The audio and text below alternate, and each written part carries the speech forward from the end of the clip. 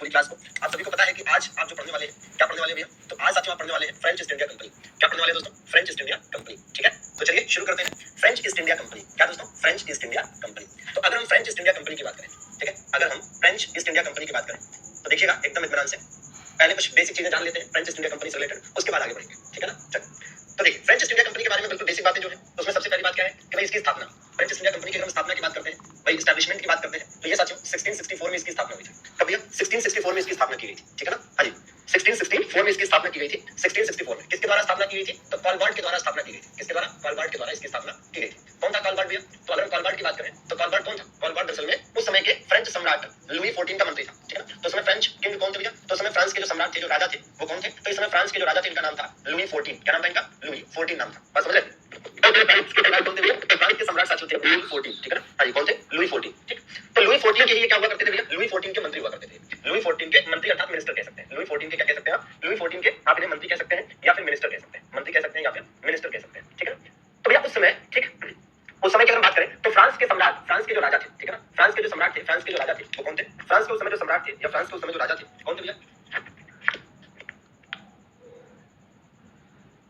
France के जो सम्राट थे, फ्रांस के सम्राट थे लुई 14। लुई 14 वाकई में लुई 14 क्या होता है? तो देखिए लुई 14 मतलब आप ऐसे समझिए लुई 1, लुई 2, लुई 3, लुई 4 आए और इस प्रकार से लुई 14 आए। तो लुई 14 जो है, इन्हीं लुई 14 के एक मंत्री थे जिनका नाम था कॉलबार्ड। इन्हीं के द्वारा 1664 में इस कंपनी की स्थापना की गई थी। ठीक है भैया, इन्हीं के द्वारा इसकी स्थापना की गई। अब आप देखेंगे कि भैया जो फ्रेंच ईस्ट इंडिया कंपनी का पहला यात्री था, प्रथम यात्री जो भारत आया, first French traveller came to India, first French traveller came to India. तो फर्स्ट जो फ्रेंच ट्रैवलर था वो कौन था साथियों? ये था फ्रैंको कैरो या फ्रांसिस कैरो। तो या तो आप इसे फ्रैंको कैरो कहेंगे और या तो फिर आप इसे फ्रांसिस कैरो कहेंगे। तो या तो फ्रैंको कैरो कह लीजिए तो भी ठीक है और या फिर फ्रांसिस कैरो कह लीजिए। ठीक है ना? फ्रैंको कैरो या फ्रांसिस कैरो। ठीक है भाई, इसको हम इंग्लिश में फ्रांसिस कैरो ही लिख रहे हैं, फ्रांसिस कैरो। तो फ्रांसिस कैरो कह लीजिए या जैसा कि हमने कहा कि फ्रैंको कैरो कह लीजिए। ठीक है, अच्छा। अब इसके बाद आप देखिए कि जो पहली फैक्ट्री इन्होंने लगाई भारत में इनके द्वारा जो पहली फैक्ट्री लगाई गई वो कहां लगाई गई? भारत में इनके द्वारा जो दूसरी फैक्ट्री लगाई गई वो कहां लगाई गई? ठीक है, दूसरी फैक्ट्री जो लगाई गई वो कहां लगाई गई? भारत में इनका केंद्र कहां था, मतलब इनका सेंटर कहां था? ठीक है, एक तरह से इनका हेड ऑफिस समझ लीजिए कि कहां पर था भारत में। ठीक है, और एक चीज की भाई फ्रेंच शक्ति का संस्थापक। ठीक है, जैसे आपसे कहें कि फ्रेंच शक्ति का भारत में संस्थापक किसे माना जाता है ना? फ्रेंच शक्ति का संस्थापक किसे माना जाता है? फ्रेंच शक्ति का संस्थापक। ठीक है ना? हाँ जी, मतलब फाउंडर ऑफ फ्रेंच पावर। ठीक है, फाउंडर ऑफ पावर किसे माना जाता है? ठीक है, तो ये भी एक चीज जानने को मिलेगी यहाँ पर, है ना? फ्रेंच शक्ति का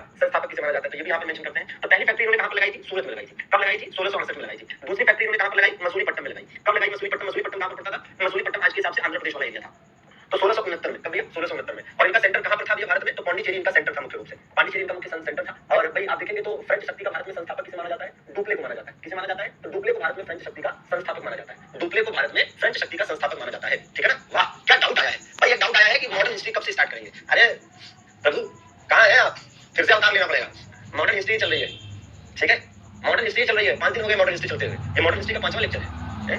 क्या बताएं, मन तो ठंडी तो बहुत है लेकिन मन कर रहा है ठंडे पानी से नहा ले, बिना गर्म किए। चलिए ठीक है, काहे मजाक करते हो सवेरे-सवेरे? थोड़ी दया करो, हम छोटे बालक हैं, हम पर थोड़ी दया करो। ऐसे सवाल पूछोगे तो मैं बेहोश हो जाऊंगा भाई। ठीक है, क्या चाहते हो मैं बेहोश हो जाऊं? नहीं ना? ठीक है, तो देखिए भैया भाई इसके बाद अगली बात क्या है? फ्रेंच शक्ति का पतन। फ्रेंच शक्ति का क्या पतन? डिक्लाइन। ठीक है, तो इनका डिक्लाइन कब हुआ? इनका डिक्लाइन कब हुआ? इनका पतन कब हुआ भाई?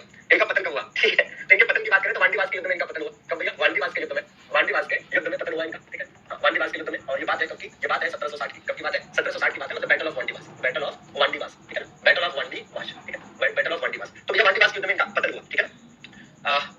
और भारत से वापसी इनकी कब हुई? भारत से वापसी। ठीक है ना? भारत से अगर वापसी की बात करें तो भारत से पूरी तरह से वापस ये कब गए? 1954 में गए। ठीक है ना? हाँ, तो अब जरा एक-एक पॉइंट को ध्यान से समझ लीजिए। क्या है भैया? सबसे पहले आप एकदम ध्यान से इत्मीनान से समझिए। ठीक है, क्या कि फ्रेंच ईस्ट इंडिया कंपनी की हम बात कर रहे हैं। हमने कहा फ्रेंच ईस्ट इंडिया कंपनी की स्थापना 1664 में हुई थी। किसके द्वारा की गई थी? कॉलबार्ड के द्वारा की गई थी, जो कि उस समय के फ्रांस के सम्राट लुई 14 का मंत्री था। ठीक है ना? लुई 14, देखिए एक लुई 14 याद करना आपके लिए जरूरी है और एक लुई 16 याद करना जरूरी है। लुई 16 के समय में फ्रांस में क्रांति हुई थी। ठीक है, लुई 14 के समय में फ्रांस की कंपनी स्थापित हुई और लुई 16 के समय में फ्रांस की क्रांति हुई थी, जिसके बाद नेपोलियन का उदय हुआ था। तो फिलहाल फ्रेंच ईस्ट इंडिया कंपनी 1664 में कॉलबार्ड के द्वारा स्थापित की गई, जो उस समय के सम्राट लुई 14 का मंत्री था। पहला यात्री फ्रैंको कैरो या फ्रांसिस कैरो भारत आया। पहली फैक्ट्री सूरत में लगाई गई, दूसरी फैक्ट्री मसूलीपट्टम में लगाई गई। पांडिचेरी को इन्होंने अपना भारत में सेंटर बनाया, केंद्र बनाया। भारत में फ्रेंच शक्ति का संस्थापक डुप्ले को माना जाता है। और इसके बाद आप देखेंगे एक-एक करके फ्रांसीसी शक्ति बढ़ती चली गई, ढेर सारी फैक्ट्रीज कारखाने ये लोग लगाते चले गए और अंततः अंग्रेजों के साथ इनका एक युद्ध हुआ, जिसे आप वांडीवास के युद्ध के नाम से जानते हैं। इस युद्ध में फ्रांसीसियों का भारत में पतन हो गया और उसके बाद इन्होंने अपने आप को कुछ ही क्षेत्रों तक सीमित कर लिया। मतलब जब 1760 में ये वांडीवास का युद्ध अंग्रेज जीते और फ्रांसीसी हारे, तो दोनों के बीच एक समझौता ऐसा हो गया कि क्या करना है, अंग्रेजों ने फ्रांसीसियों को कुछ लिमिटेड एरियाज तक, ठीक है, शांतिपूर्वक व्यापार करने के लिए एक तरह से छोड़ दिया और फ्रांसीसियों ने भी इस चीज को एक्सेप्ट कर लिया। और फ्रांसीसियों ने इसके बाद 1760 के वांडीवास के युद्ध के बाद फ्रांसीसियों ने केवल 5 बस्तियों पर, 5 क्षेत्रों पर अपना, ठीक है, बिजनेस जारी रखा। कौन से वो 5 बस्तियां या सेंटर्स थे? पुडुचेरी, मतलब पांडिचेरी, माहे, यनम, कराईकल और चंद्रनगर। ठीक है, तो ये 4-5 ऐसी बस्तियां थी, सेंटर्स थे, जहां पर है ना फ्रांसीसियों ने 1760 के बाद भी कंटिन्यू रखा, जिसे इन्होंने फाइनली 1954 में एक समझौते के तहत भारत को दे दिया और भारत से चले गए। एक समझौते के तहत भारत को दे दिया और भारत से चले गए। ठीक है भैया, चलिए, है ना भैया, चलिए। अब हुआ बेटा, जब पॉलिटिक्स शुरू होगी तो मान के चलिए 25-30 लेक्चर टाइम में 30 लेक्चर के आसपास में खत्म हो जाएगी, टेंशन मत लो, अभी जो पढ़ रहे हो वो पढ़ लो, ठीक है ना। हाईवे तो उसके चक्कर में ये भी छूट जाएगा। मैं देख रहा हूँ कि वो सैकड़ों कमेंट करने में तुम लगे हो, तो पढ़ाई कब करोगे? चलो पढ़ाई कर लो, ठीक है। तो ये फ्रेंच ईस्ट इंडिया कंपनी की बेसिक बातें होगी। अब जरा ध्यान दीजिए, अब अगली बात जो आपको बताने जा रहा हूँ, ये बताने जा रहा हूँ कि भाई जो फ्रेंच ईस्ट इंडिया कंपनी थी, इसके द्वारा कौन कौन सी फैक्ट्रीज कहाँ पर लगाई गई, ठीक है। एक बढ़िया से ट्रिक के माध्यम से बता रहा हूँ, एकदम इत्मीनान से सुन लेना, पढ़ लेना, लिख लेना, ठीक है ना। चलिए ठीक, आइए आगे बढ़े। इतना तो अंदाजा आएगा कि जब ये भारत आया तो भारत का राजा कौन था। ये देखो ना, 1668 में कंपनी स्थापित हुई, तो उस समय तो औरंगजेब ही राजा था। तो जिस समय फ्रेंच ईस्ट इंडिया कंपनी बनी है 1664 में, या भारत आई है या फैक्ट्री लगाई है, तो भारत में उस समय औरंगजेब राजा था, ठीक है। इतना तो अंडरस्टूड है, ठीक है, वो जानते हो, ठीक है। चलिए अब और चीजें हम देखें। अब हम ये देखने जा रहे हैं फ्रेंच फैक्ट्रीज, और इसके लिए मैं आपको एक ट्रिक बताता हूँ, और इसी ट्रिक के माध्यम से आप बढ़िया, ठीक है, याद कर लेंगे फ्रेंच फैक्ट्रीज को, ठीक है। ध्यान दीजिएगा, जो फ्रेंच फैक्ट्रीज भारत में स्थापित हुई, उनके लिए एक ट्रिक है। क्या ट्रिक है भैया? कि ना माही ना सूरत में पाया, सूरत में पाया, सूरत में पाया चंद्रमा माही का, ठीक है ना। सूरत में पाया चंद्रमा माही का, ये सिंपल सी ट्रिक आपको याद करनी है, ठीक है ना। सूरत में पाया चंद्रमा माही का, ठीक है। अब इस ट्रिक से क्या होगा? सूरत में पाया चंद्रमा माही का, तो भैया देखिए पहली फैक्ट्री कहां पर स्थापित हुई? सूरत में स्थापित हुई, है ना। इसी प्रकार से में से क्या हो जाएगा भैया? मसूलीपट्टनम हो जाएगा। क्या हो जाएगा? मसूलीपट्टनम हो जाएगा, ठीक है ना। और इसी प्रकार से पाया से क्या हो जाएगा? पौंडीचेरी हो जाएगा। क्या हो जाएगा? पौंडीचेरी हो जाएगा। और इसी प्रकार से यहाँ पर जो आप चंद्र देख रहे हैं, इस चंद्र से क्या हो जाएगा? चंद्रनगर हो जाएगा। क्या हो जाएगा? चंद्रनगर हो जाएगा। इस चंद्र से चंद्रनगर हो जाएगा। और मां से क्या हो जाएगा? मॉरिशस हो जाएगा। क्या हो जाएगा? मॉरिशस हो जाएगा। और माही से क्या हो जाएगा? माही से माही हो जाएगा। और कहां से क्या हो जाएगा? तो कराईकल हो जाएगा। क्या हो जाएगा? कराईकल हो जाएगा, ठीक बात है। तो ऐसे आप इसको याद कर सकते हैं, ठीक है। कराईकल या कारिकल, ठीक है, कराईकल या कारिकल आप कह सकते हैं, ठीक है ना। अरे भैया इसमें है क्या? ठीक, इसमें है ये कि आप देख पाएंगे कि जैसे इनकी डेट, ये 1668 में, ये 1669 में, ठीक है, ये 1673 में, ठीक है, 1673 में, ये 1674 में, 1674 में, और ये 1721 में, ठीक है, और ये 1729 में, और इसी प्रकार से ये जो है 1739 में, ठीक है, 1739 में, ठीक। तो ये आपको समझने की जरूरत है। अच्छा, तो अब इससे क्या है भैया? अब इसमें जो है आप ये भी समझिए कि जैसे आप देखेंगे कि इन सारी चीजों में कि भाई जैसे सूरत वाली फैक्ट्री है, तो फ्रांसिस कैरो के प्रयासों से, किसके प्रयासों से? फ्रांसिस कैरो के प्रयास, किसके प्रयास? फ्रांसिस कैरो के प्रयास, ठीक है ना। फ्रांसिस कैरो के प्रयास, ठीक है, मतलब कह सकते हैं कि with the effort of Francis Caron, ठीक है, with the effort of Francis Caron, ठीक है, with the effort of Francis Caron, ठीक है ना। और ये वाला किसके प्रयासों से स्थापित हुआ? मरकारा, किसके प्रयासों से स्थापित हुआ? मरकारा के प्रयासों से स्थापित हुआ। ये किसके प्रयासों से स्थापित हुआ? तो ये स्थापित हुआ फ्रांसिस मार्टिन के प्रयासों से। किसके? फ्रांसिस मार्टिन के प्रयासों से, ठीक है, किसके प्रयासों से? फ्रांसिस मार्टिन के प्रयासों से ये स्थापित हुआ, ठीक है, फ्रांसिस मार्टिन के प्रयासों से स्थापित हुआ, ठीक है ना। और ये जो चंद्रनगर वाली है, इसके बारे में याद करना है कि भैया बंगाल के सूबेदार, ठीक है ना, बंगाल का सूबेदार उस समय कौन था? शाइस्ता खान। बंगाल के सूबेदार शाइस्ता खान की इजाजत से, ठीक है ना, इजाजत से, ठीक है। तो बंगाल के सूबेदार शाइस्ता खान की इजाजत से, ठीक है ना। हाँ, बिना ट्रिक के याद कर लो भैया, जैसी आपकी मर्जी, आपका मन करे ट्रिक से याद करो, आपका मन करे बिना ट्रिक के याद करो, स्वतंत्र हो, कोई ऐसी पकड़, है ना, आप थोड़ी पकड़े होंगे, नई चीज याद करना पड़ेगा, ठीक है ना। चलिए भैया, अच्छा तो ध्यान दीजिएगा कि हमने कहा फ्रेंच फैक्ट्रीज, तो फ्रांसीसी फैक्ट्रीज जो कारखाने भारत में स्थापित हुए, इसमें एक मॉरिशस भी है, ये भारत में नहीं है, ठीक है। तो भारत में और भारत के आसपास के क्षेत्रों में जो फ्रांसीसियों ने फैक्ट्रीज या कारखाने लगाए हैं, उसके ट्रिक है कि सूरत में पाया चंद्रमा माही का, ठीक है। तो सूरत से सूरत में 1668 में, और में से मसूलीपट्टनम 1669, पाया से पौंडीचेरी 1673, चंद्र से चंद्रनगर 1674, मां से मॉरिशस 1781, फिर माही से माही, और कहां से? कारिकल या कारिकल, ठीक है ना। चलिए, तो एज इट इज आपको याद करने की जरूरत है, ठीक है। चलिए इधर कह सकते हैं कि ये जो चंद्रनगर वाला है बंगाल के सूबेदार शाइस्ता खान की इजाजत से। बाकी इस तरह से क्वेश्चन पूछ सकता है कि भैया किसके प्रयासों से सूरत में फैक्ट्री स्थापित हुई, या किसके प्रयासों से मसूलीपट्टनम में, या किसके प्रयासों से पौंडीचेरी में, या पूछ ले कि चंद्रनगर में किसकी इजाजत से स्थापित हुई, तो ऐसा क्वेश्चन पूछ सकता है। तो आप इसके लिए अपने आप को तैयार रखें, ठीक है। और आई होप कि ये बढ़िया ट्रिक है और आपको आराम से याद हो जाएगी, ठीक है भैया। एक चीज का ये भी ध्यान दीजिए कि जैसे आपसे ऐसा क्वेश्चन भी आता है ना कि भाई पहली फैक्ट्री कौन सी थी, तो दूसरी फैक्ट्री पूछ सकता है, या आपसे पूछ सकता है कि चंद्रनगर में किस वर्ष स्थापित हुई, ठीक है ना। तो वो जो है आपको समझने की जरूरत है, ठीक है ना। चलिए, हाँ, जिसको जैसे पसंद है वैसे याद करें, कोई ऐसी बाध्यता नहीं है कि आपको इसी तरीके से याद करना है जैसे हम बता रहे हैं, ठीक है ना। चलिए बाकी आप देखेंगे तो जो बातें हमने आपको यहाँ पर ये 2 पेज में समझाई है, जैसे एक पेज हमने आपको ये समझाया, एक पेज हमने आपको ये समझाया, ये पहला पेज था आज की क्लास का, ठीक है ना। और इसमें हमने आपको बेसिक सारी बातें बताई, बेसिक से एडवांस तक, मतलब शुरू से लेकर अंत तक फ्रांसीसियों का जो भी एक तरह से सफर रहा। इसके बाद हमने आपको ये फैक्ट्रीज बता दी, इन्हीं बातों को आगे शब्दों में लिखा है कि भैया जिसको शब्दों में लिखना हो तो आप लिख सकते हैं, ठीक है ना। चलिए तो देख लीजिए, अरे ये एंशिएंट मेडाइवल और मॉडर्न के चक्कर में ना पड़े, ठीक है। आपसे पेपर में ये थोड़ा पूछेगा कि प्राचीन इतिहास कब से कब तक था, और मध्यकालीन कब से कब तक था, और आधुनिक कब से कब था। और समझदार लोगों को इतना पता तो है कि जो सबसे पुराना इतिहास है उसको प्राचीन कहते हैं, और जो आज ना जो एकदम आधुनिक है आज का है उसको आधुनिक कहते हैं, दोनों के बीच वाले को मध्य कहते हैं, ठीक है। तो ऐसा कुछ नहीं है। बाकी है कि औरंगजेब की मृत्यु के साथ ही, ठीक है, जो मध्यकालीन इतिहास है वो समाप्त माना जाता है, ठीक है। लेकिन वास्तविकता यह है कि औरंगजेब 1707 में मरा, 1707 में औरंगजेब की डेथ हुई। अगर औरंगजेब की मृत्यु के साथ मध्यकालीन इतिहास समाप्त हुआ, इसको पकड़ कर बैठेंगे तो आप देखेंगे कि यूरोपीय कंपनियों का आगमन तो 1498 से शुरू होता है, तो उसको फिर आधुनिक इतिहास में क्यों रखते हैं? तो आधुनिक इतिहास में उन चीजों को रखा जाता है जो आधुनिक समय में रहे, जिन्होंने आधुनिकता को स्थापित किया भारत में, जिन्होंने बड़े बदलाव को भारत में लेकर आए और उन चीजों को आगे बढ़ाया, ठीक है। उसका कोई मतलब नहीं है, ठीक है ना। हाँ, बेकार की बातें हैं, टाइम वेस्ट की बातें हैं। चलिए ध्यान दीजिए, तो ये पॉइंट वाइज वही लिखा है जो हमने आपको बताया, इसको आप एक बार बस पढ़ लेना है। जैसे कि फ्रांस के सम्राट लुई 14 के मंत्री कॉलबार्ट ने 1664 में फ्रेंच ईस्ट इंडिया कंपनी की स्थापना की, ठीक है। 1668 में सूरत में फ्रांसिस कैरो के नेतृत्व में फ्रांस पहली कंपनी या पहली फैक्ट्री, है ना, प्रथम फ्रांसिस कंपनी ना कहकर यहाँ फैक्ट्री कहिए, प्रथम फ्रांसिस फैक्ट्री की स्थापना हुई, ठीक है ना। अच्छा,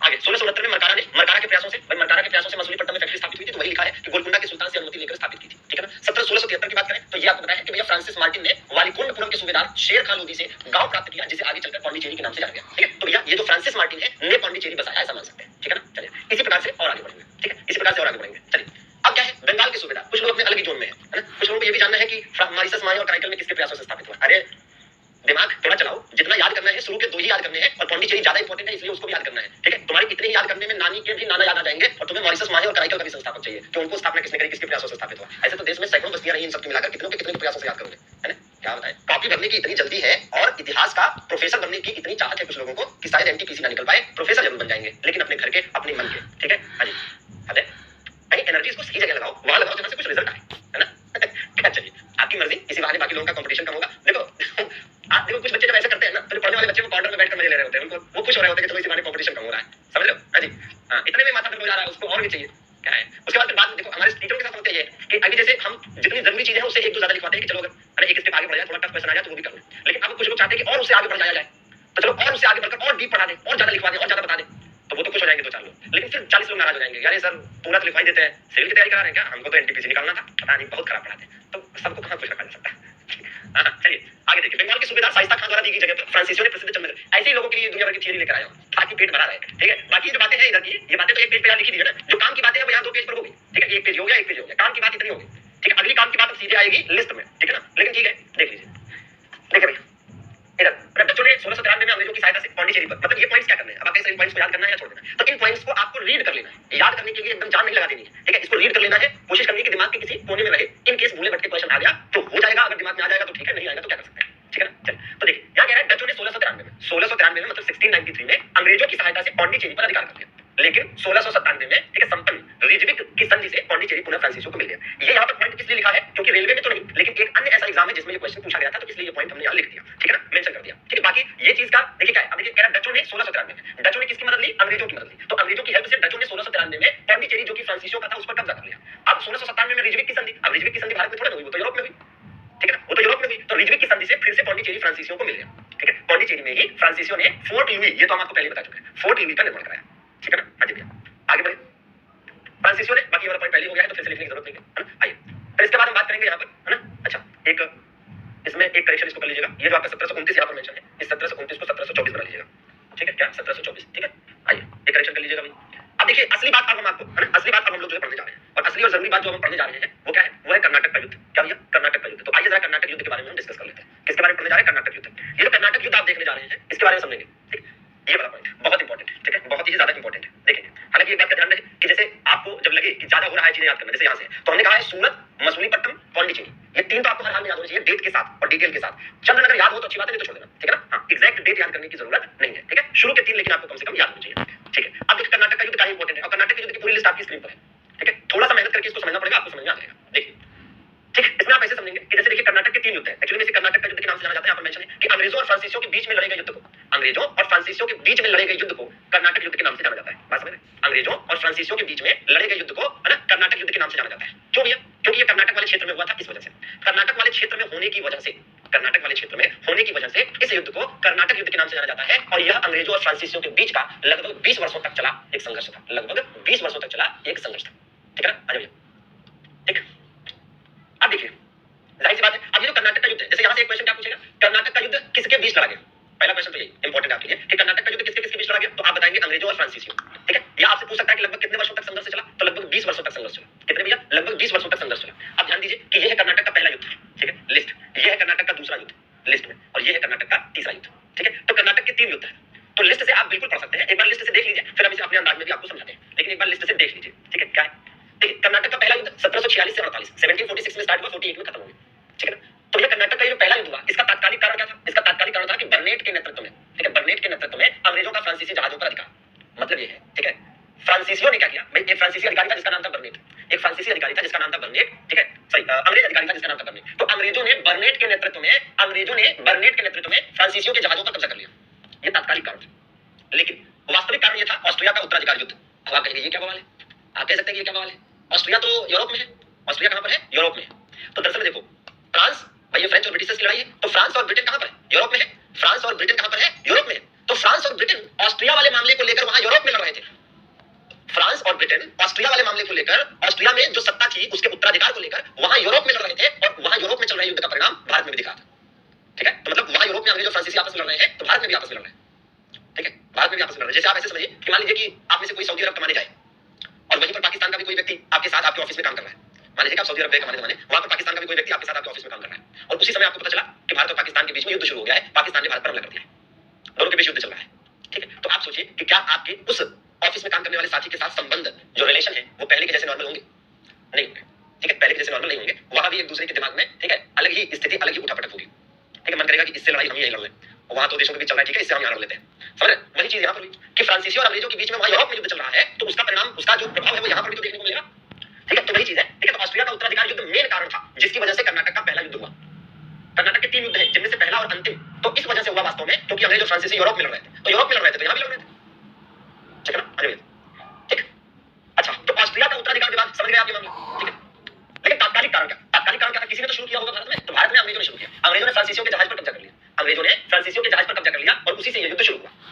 इस दौरान जो प्रमुख युद्ध हुआ दोनों पक्षों के बीच में वो था सेंट थोमे का युद्ध, ठीक है। इस दौरान जो प्रमुख युद्ध हुआ दोनों पक्षों के बीच में वो सेंट थोमे का युद्ध था। अब एक बात और बता दें कि इसमें इस समय जो अंग्रेज और फ्रांसीसी हैं, ये भारत के जो राजा थे सब अपने अपने पक्ष में करने में लगे हैं, सब अपने अपने पक्ष में करने में लगे, ठीक है, सब अपने अपने पक्ष में करने में लगे हैं। भाई अंग्रेज सोच रहे हैं कि हमारे पक्ष में आ जाए, फ्रांसीसी सोच रहे हैं कि हमारे पक्ष में आ जाए। तो जो कर्नाटक का नवाब है, जो हैदराबाद के शासक है, जो बंगाल के शासक है, ठीक है, सब शासकों के हितैषी बनना चाह रहे हैं, सब शासकों को, नवाबों को, राजाओं को अपने पक्ष में लेना चाह रहे हैं, ठीक है, ताकि उन्हें पॉलिटिकल रूप से फायदा मिले, राजनीतिक रूप से लाभ मिले, और ये सब चल रहा है, ठीक है। तो वही चीज है यहाँ पर आप देखिए, सेंट थोमे के युद्ध में एक तरफ क्या है? फ्रांसीसी सेना है, ठीक है, जिसका नेतृत्व कैप्टन पैराडाइज कर रहा है, और दूसरी तरफ कौन है? दूसरी तरफ आप देखिए कर्नाटक की सेना है जिसका नेतृत्व नवाब अनवरुद्दीन कर रहा है। अब आप कहीं तरह की लड़ाई अंग्रेजों और फ्रांसीसियों के बीच में थी, ये कर्नाटक का नवाब बीच में कहां से कूद पड़ा, ठीक है। तो कर्नाटक का नवाब उस समय अनवरुद्दीन था, कर्नाटक का नवाब उस समय अनवरुद्दीन था, तो इसका साथ अंग्रेजों ने दिया, तो फ्रांसीसियों ने इसके दुश्मन का साथ दिया, है ना? हाँ, ठीक है, तो इसके दुश्मन का साथ दिया, तो वही चीज है। तो इस प्रकार से यहाँ पर ये चीज चली। तो सेंट थोमे का युद्ध फ्रांसीसी सेना कैप्टन पैराडाइज के नेतृत्व में लड़ी और कर्नाटक की सेना नवाब अनवरुद्दीन के नेतृत्व में लड़ी, ठीक है। अच्छा, हालांकि फाइनली ये युद्ध चलता रहा और अंततः 1748 में, भाई युद्ध कब खत्म हुआ? यहाँ लिखा है 1748 में, तो अंततः 1748 में यह युद्ध एला शापेल की संधि से खत्म हुआ तथा अंग्रेजों को मद्रास पुनः मिल गया। अंग्रेजों के मद्रास पर फ्रांसीसियों ने कब्जा कर लिया था, ठीक है ना? हाँ जी, हाँ, खिचड़ी हो जाएगी ना, ध्यान से नहीं अगर सुनोगे तो, समझ। तो ये बात हो गई कर्नाटक के पहले युद्ध की। आपको यहाँ याद क्या क्या करना है वो सुनो। आपको ये डेट याद करनी है कि कर्नाटक का पहला युद्ध कब से कब तक हुआ, तो 1746 से 48, ये पहली बात याद करनी है, ठीक है। कारण की अगर बात करें तो कारण आप ये याद कर लीजिए, ऑस्ट्रिया का उत्तराधिकार युद्ध, ठीक है, और ये याद कर लीजिए कि सेंट थोमे का युद्ध कब हुआ, ठीक है। और सेंट थोमे के युद्ध में फ्रांसीसी और कर्नाटक के नवाब आमने सामने थे। और अगली बात क्या याद करिए कि एला शापेल की संधि से यह युद्ध खत्म, ठीक। अच्छा, आगे बढ़े। अब हम आ जाते हैं कर्नाटक के दूसरे युद्ध पर। कर्नाटक का जो दूसरा युद्ध है 1749 में, आप देखिए 1748 में पहला वाला खत्म हुआ, 1 साल नहीं रुके फिर शुरू हो गया, 1749 में दूसरा युद्ध शुरू हो गया, ठीक है, दूसरा युद्ध शुरू हो गया यूरोप में अंग्रेज तथा फ्रांसीसियों के बीच, है ना? ये वाला पॉइंट लिखा है, इसको यहाँ से हटाना है क्योंकि ये तीसरे वाले में आएगा, ये दूसरे वाले में बाई मिस्टेक आ गया है, ठीक है, ये दूसरे वाले में बाई मिस्टेक आ गया है, ठीक है, तो इसको यहाँ से हटा रहा हूँ, ठीक, ये तीसरे वाले का पॉइंट है। जो कर्नाटक का दूसरा युद्ध हुआ है ना, ये अंग्रेजों और फ्रांसीसियों के बीच में यूरोप में हुए किसी युद्ध का परिणाम नहीं था, ठीक है ना? हाँ जी, ठीक है, तो ये पूरा पॉइंट ही हटेगा, ठीक है, ये पूरा पॉइंट ही हटेगा, ये तीसरे का है। तो कर्नाटक के 3 युद्धों में से जो कर्नाटक का दूसरा युद्ध है, ये अंग्रेजों और फ्रांसीसियों के बीच में यूरोप में चल रहे किसी झगड़े का परिणाम नहीं था, यूरोप में चल रहे किसी झगड़े का परिणाम नहीं था। देखिए, तो ये कर्नाटक का दूसरा युद्ध जो है क्यों लड़ा गया, तो इस युद्ध के पीछे का कारण क्या था?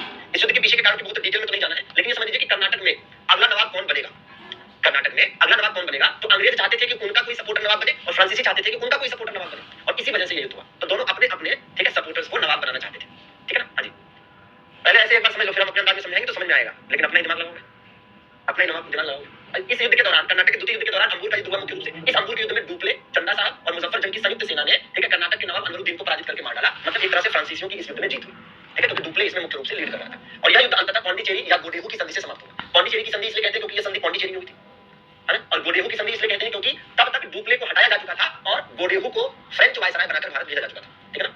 आगे तो कर्नाटक का ये दूसरा युद्ध था। फिर कर्नाटक का तीसरा युद्ध, ठीक है, कर्नाटक का तीसरा युद्ध 1758 से 63, कहीं पर 1756 से 63 में लिखा रहता है, ठीक है ना? अरे ये क्लाइव के नेतृत्व में अंग्रेजों का चंद्रनगर पर अधिकार। इस युद्ध का तात्कालिक कारण क्या था? इस युद्ध का तात्कालिक कारण, तो देखिए इसमें 2 कारण थे। इस युद्ध का एक कारण तो ये भी था सप्तवर्षीय युद्ध, जो सप्तवर्षीय युद्ध है, ठीक है, सप्तवर्षीय युद्ध, ठीक है ना? 7 ईयर बैटल, ठीक है, 7 ईयर बैटल। जो 7 ईयर बैटल है ये किसके किसके बीच? 7 ईयर वॉर, ठीक है। तो सप्तवर्षीय युद्ध, 7 ईयर युद्ध जो है, जो था 7 ईयर बैटल जो था या वॉर था, ठीक है, ये भाई आप देखेंगे तो किसके किसके बीच था? फ्रांसीसियों और अंग्रेजों के बीच में, ब्रिटेन में, ठीक है, फ्रेंच और ब्रिटिशर्स। तो यूरोप में, मतलब यूरोप में फ्रांसीसियों और अंग्रेजों के बीच में एक सप्तवर्षीय युद्ध चल रहा था। तो उस युद्ध का भी यहाँ पर प्रभाव दिखा, लेकिन जो तात्कालिक कारण था, ये क्या लिखा है? ये तात्कालिक कारण लिखा, मतलब अल्टीमेट रीजन, तात्कालिक कारण मतलब अल्टीमेट रीजन, ठीक है। तो जो तात्कालिक कारण था, जो अल्टीमेट रीजन था, वो ये था कि अंग्रेजों ने क्लाइव के नेतृत्व में अंग्रेजों के चंद्रनगर पर कब्जा कर लिया, इसलिए युद्ध हुआ। और इस दौरान मुख्य रूप से वांडीवास का युद्ध हुआ, और वांडीवास के युद्ध में आयरकूट के नेतृत्व वाली अंग्रेजी सेना ने लाली के नेतृत्व वाली फ्रांसीसी सेना को कूट कर लाल कर दिया। अंततः पेरिस की संधि से इस युद्ध का अंत हुआ, अंततः पेरिस की संधि से इस युद्ध का अंत। आइए हम इसे अपने अंदाज में पढ़ने का प्रयास कर लेते हैं, ठीक है, लेकिन अपने अंदाज में पढ़ने का प्रयास करें, इसके लिए आपको थोड़ा सा धैर्य बनाकर रखना पड़ेगा और समझने की कोशिश करनी पड़ेगी, ठीक है ना? चलिए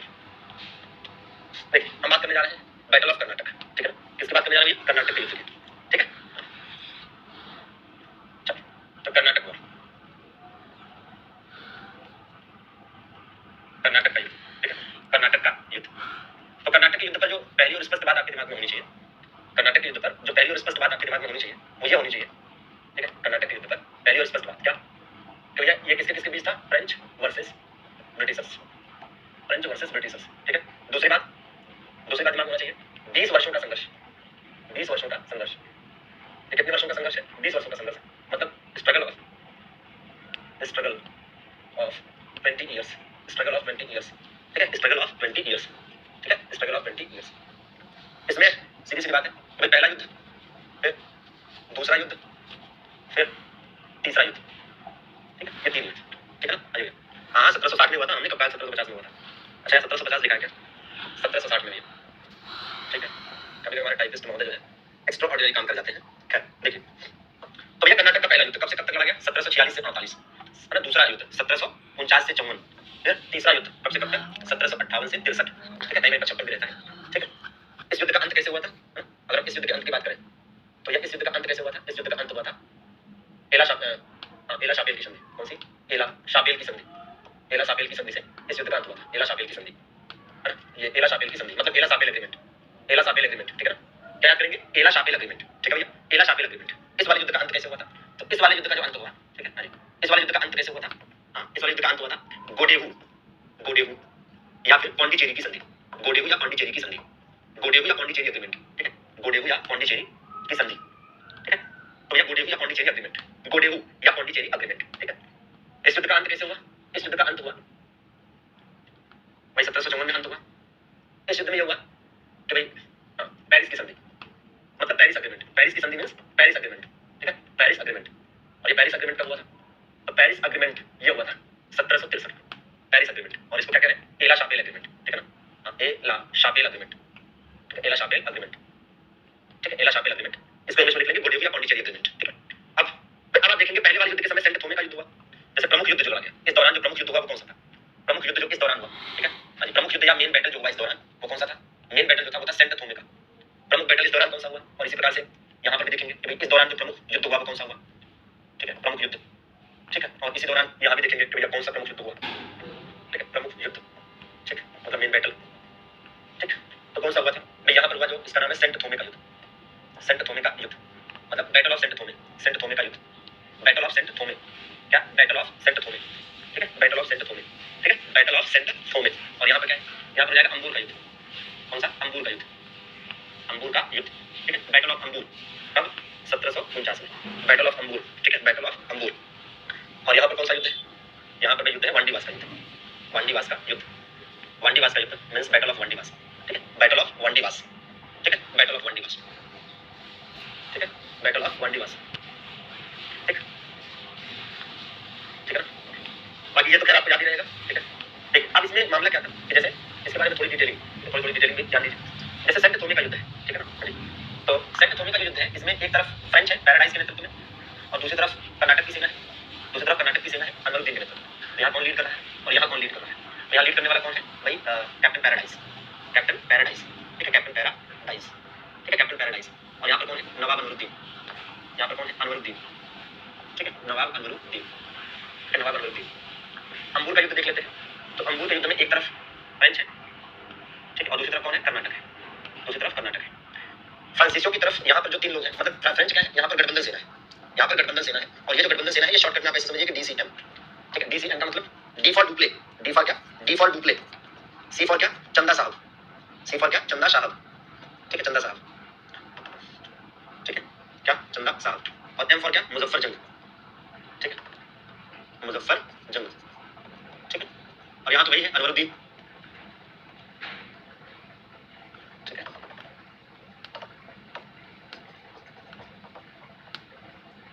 ठीक है। मतलब ये है कि अंगूर का जो युद्ध है इसमें डुप्ले, चंदा साहब और मुजफ्फर जंग, ठीक है। जैसे डुप्ले जो कि फ्रांसीसी गवर्नर था, चंदा साहब जो कर्नाटक में नवाब बनना चाहता था, मुजफ्फर जंग जो हैदराबाद में निजाम बनना चाहता था। तो इन तीनों की संयुक्त सेना ने कर्नाटक के नवाब अनवरुद्दीन को पराजित कर दिया। वांडीवास के युद्ध में तो खैर बहुत दिक्कत है नहीं, ये आप आधा तो पहले ही जानते हैं कि एक तरफ फ्रांसीसी और दूसरी तरफ ब्रिटिशर्स, ठीक है, दूसरी तरफ ब्रिटिशर्स। और इसमें बस लीड किसने किया याद करना है, तो फ्रांसीसियों में कौन था, कैप्टन लाली, ठीक है, कैप्टन लाली, ठीक है। और यहाँ पर कौन, आयरकूट, कैप्टन लाली, और यहाँ पर आयरकूट, आयरकूट, ठीक है, आयरकूट याद रखेंगे यहाँ पर, आयरकूट, ठीक है। तो ये हो जाएगा भैया, ठीक है, ठीक है। तो इसको समझने समझने वाला जहां तक मामला है भैया, वो आप बिल्कुल समझ सकते हैं कि कर्नाटक का युद्ध जो फ्रांसीसी और अंग्रेजों के बीच में 20 वर्षों तक का संघर्ष है। पहला युद्ध जो हुआ है ना, वो एला शापिल की संधि से खत्म हुआ, दूसरा वाला गोडेहू की संधि से और तीसरा वाला पेरिस की संधि से। पहला वाला जो युद्ध हुआ उस दौरान प्रमुख युद्ध सेंट थोमे का युद्ध है, जिसमें फ्रांसीसी सेना ने कैप्टन पैराडाइज के नेतृत्व में ठीक है कर्नाटक के नवाब अनवरुद्दीन से लड़ाई लड़ी। इस दूसरे वाले के दौरान अंगूर का युद्ध हुआ, जिसमें डुप्ले, चंदा साहब और मुजफ्फर जंग की संयुक्त सेना ने कर्नाटक के नवाब अनवरुद्दीन को पराजित करके मार डाला। तीसरे वाले में मांडीवास का युद्ध हुआ, जिसमें फ्रांसीसियों का पतन हो गया, क्योंकि आयरकूट के नेतृत्व वाली अंग्रेजी सेना ने लाली के नेतृत्व वाली फ्रांसीसी सेना को कूट कर लाल कर दिया। कैसे याद हो जाएगा? कूट कर, जिन्होंने कूटा वो जीते और जो लाल हुए वो हारे। ठीक है ना, चलिए नहीं फीमेल नहीं है, सब मेल है। ठीक है, तो आई होप कि ये पूरा कांसेप्ट जो अभी आप अपनी स्क्रीन पर देख रहे हैं, ये आप बड़े इत्मीनान से बड़े अच्छे से याद कर लेंगे। ठीक है भैया, चलिए तो इस प्रकार से आज का ये सेशन और ये टॉपिक है ना खत्म। ठीक है, आज का ये सेशन और ये टॉपिक यहीं पर खत्म। मुलाकात होगी कल एक नए टॉपिक के साथ। धन्यवाद। कूट कर लाल कर दिया। कैसे याद हो जाएगा? कूट कर, जिन्होंने कूटा वो जीते और जो लाल हुए वो हारे। ठीक है ना, चलिए नहीं फीमेल नहीं है, सब मेल है। ठीक है, तो आई होप कि ये पूरा कांसेप्ट जो अभी आप अपनी स्क्रीन पर देख रहे हैं, ये आप बड़े इत्मीनान से बड़े अच्छे से याद कर लेंगे। ठीक है भैया, चलिए तो इस प्रकार से आज का ये सेशन और ये टॉपिक है ना खत्म। ठीक है, आज का ये सेशन और ये टॉपिक यहीं पर खत्म। मुलाकात होगी कल एक नए टॉपिक के साथ। धन्यवाद।